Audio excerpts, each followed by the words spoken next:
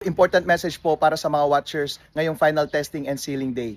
Try nyo pong huliin yung totoong hash code ng source code ng makina sa pagka-boot up or start up ng automated counting machines ngayong araw na ito. Kasi po baka yung hash code na nandun sa initialization report ay spoofed na. Yung initialization report po kasi ay printed siya kapag booted up na yung main system ng makina. Yung makina po kasi ayon sa website ng Miro ay merong trusted platform module. Ibig sabihin merong separate na small computer chip. Chinecheck niya yung hash code ng software na tatakbo doon sa main na makina at nangyayari yon during booting up. Yung booting up po ay nangyayari katulad niya kapag nag-start up kayo ng inyong laptop, meron pong briefly na lumalabas na mga codes doon bago lumabas yung main screen ng laptop ninyo.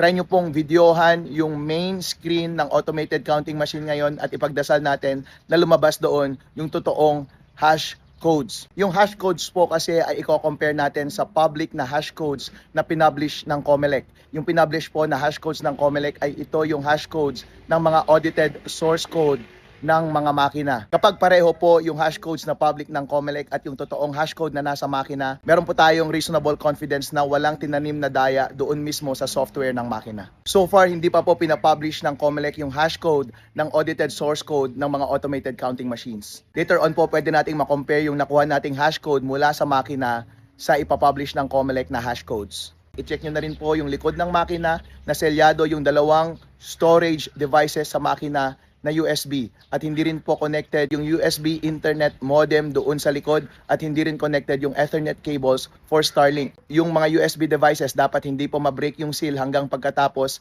ng election day. Tignan po ninyo yung initialization report, dapat po yung votes cast ay 0 po bago mag-cast ng votes ngayong final testing and sealing day at sa election day. I-check nyo na rin po yung main screen ng makina, dapat po yung network status merong exclamation point para hindi po siya connected sa internet.